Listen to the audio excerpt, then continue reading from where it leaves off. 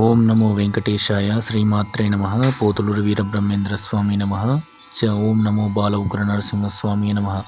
ఈ క్రోధినామ సంవత్సరంలో ప్రతి ఒక్కరి జాతకమునందు దుష్టగ్రహ ప్రభావమే ఎక్కువగా ఉంటుంది. దానివలన అనారోగ్యము, యాక్సిడెంట్స్, పంట నష్టము, అగ్ని ప్రమాదాలు, నీటి ప్రమాదాలు, నీటిలో చనిపోవడం, కొట్టుకుపోవడం లాంటివి ఎక్కువగా జరుగుతాయి. రైతులు మాత్రం పంటలు చాలా తక్కువగా వేసి ఆలోచించి వేయండి. వర్షపాతము ఈ క్రోధినామ సంవత్సరమునందు తెలంగాణ, మహారాష్ట్ర, ఆంధ్రప్రదేశ్ నందు తక్కువ వర్షపాతము నుండి అధిక మొత్తంలో నష్టం కలిగించే యత్నాలే ఎక్కువగా ఉన్నాయి ప్రకృతి మనకి. అందువలన జూలై, ఆగస్టు, సెప్టెంబరు నందు జరిగే వర్షపాతము బీభత్సమైన ప్రకృతి సహకరించక విశాఖపట్టణమునందు తుఫాను, సముద్ర అలజడులు మొదలవుతాయి. దానివల్ల ప్రజలు అనేక ఆస్తి నష్టాలు పొందుతారు. Please subscribe to my channel.